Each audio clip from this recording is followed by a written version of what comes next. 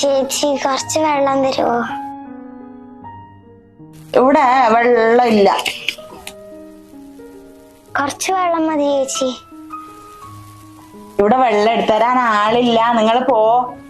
ദാഹിച്ച് തൊണ്ട വരളുന്നു ചേച്ചി. നിങ്ങളോടല്ലേ പറയുന്നത്, ഇവിടെ ആരുമില്ല, നിങ്ങൾ പോവൂ.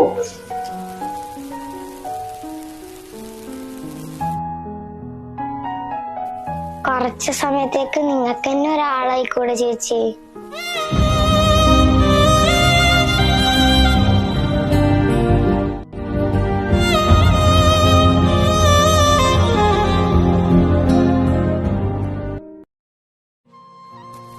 നിങ്ങളൊരു വ്യക്തിയായി മാറും.